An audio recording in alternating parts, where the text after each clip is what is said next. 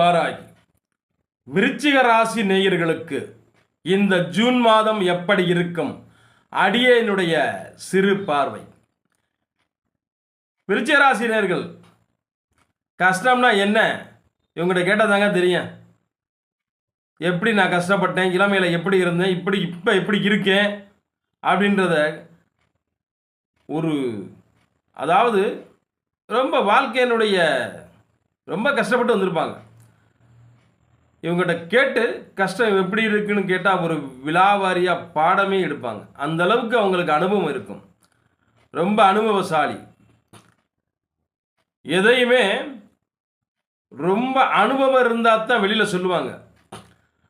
அந்த அனுபவம் இவங்களுக்கு இயற்கை நல்ல ஒரு வளர்ச்சியை கொடுத்துருக்கும். அனுபவத்தால் பிற்காலத்தில் நல்லா இருப்பாங்க.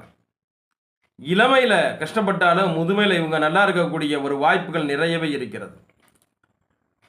தான தர்மம் பண்ணுறதுக்கு யோசிக்கவே மாட்டாங்க. தன் பாக்கெட்டில் 10 ரூபா நமக்கு செலவுக்கு இருக்கா இல்லையா யோசிக்க வரதில்ல. ஒருத்தர் கேட்டால் போதும் எடுத்து உடனே கொடுத்துருவாங்க.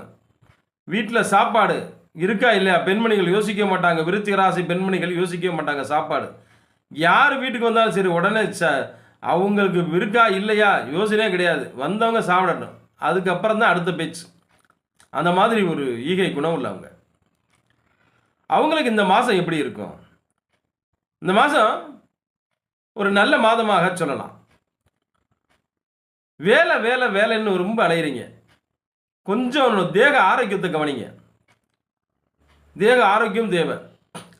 வேலைக்காக அதிக அலைச்சல் பண்ணுறது, வேலைக்காக அதிக நேரம் கண்முழிக்கிறது, வேலையில் நிறைய இழுத்து போட்டு அடுத்தவங்க வேலையும் தான் பார்க்கணும் அப்படின்னு இழுத்து போட்டு பார்த்துக்கிறது, இதெல்லாமே உங்ககிட்ட தான் அந்த பொறுப்பு இருக்குது. கொஞ்சம் குறைச்சிக்கிட்டா நல்லது. புதுசாக ஏதாவது தொழில் செய்வோமா, 1க்கு 2 தொழில் செய்வோமா அப்படின்னு சொல்லி யோசனை பண்ணுவீங்க. இன்னொரு தொழில் என்ன பண்ணலாம், ஏது பண்ணலாம் அப்படின்னு சொல்லி யோசிக்கக்கூடிய ஒரு மாதமாக இருக்கிறது.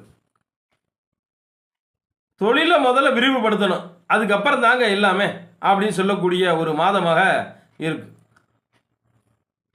தொழிலுக்காக இடமட்டு இடம் மாறி ஏதாவது ஒரு தொழில் செய்யலாமா அப்படின்னு யோசிப்பீங்க. ஆனால் யோசிக்காதீங்க. இந்த மாதம் தொழிலுக்காக அடி எடுத்து வைக்காதீங்க. ரொம்ப ரொம்ப நல்லது. தொழிலுக்காக புதுசாக எதுவும் தொழில் செய்ய வேண்டாம். இந்த மாதம் இருக்கிற தொழிலை பார்த்துக்கிட்டு இருந்தீங்கன்னா அதுவே ஓரளவு சிறப்பாக தரக்கூடிய ஒரு மாதமாக அமையுது.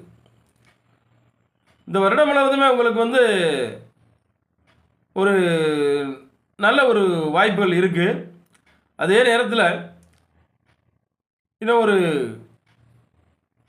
இந்த குரு பகவான் உங்களுக்கு 2ஆம் இடத்தை பார்வையிட்டு இருக்கார். இப்போதைக்கு இந்த குரு பகவான் பார்வையிடும் பொழுது ஒரு தனத்துக்கு குறைவு இருக்காது, வருமானத்துக்கு குறைவு இருக்காது, நல்லபடியாக போய்கிட்டு இருக்கும் வருமானம். இந்த வருமானத்தை அப்படியே ஓரளவு இருக்கும்போது சிக்கனப்படுத்திக்கங்க. வர்ற வருமானங்களை சிக்கனப்படுத்துறது ரொம்ப நல்லது. செலவினங்களை குறைச்சிக்கிறங்க. தொழில் துறைகளில் இந்த மாதம் உங்களுக்கு கொஞ்சம் 15ஆம் தேதிக்கு பிறகு ஓரளவு தொழில் துறைகள் கொஞ்சம் மந்தமாகக்கூடிய ஒரு வாய்ப்புகளாக இருக்கும். அதனால் செலவினங்களை குறைச்சிக்கிறங்க. ஆனால் தொழில் குரு பகவான் உங்களுக்கு தனஸ்தானத்தை பார்வையிடுறதுனால தொழில் மந்தமானாலும் உங்களுக்கு பெரிய பெரிய லெவலில் கஷ்டம் வராது. ஓரளவு சமாளித்து வந்துடுவீங்க. சமாளித்து வரக்கூடிய அந்த தன்மையை இறைவன் கொடுத்துருக்கிறார். அதனால் உங்களுக்கு எந்த ஒரு பாதகமும் வரக்கூடிய ஒரு வாய்ப்பு இல்லை.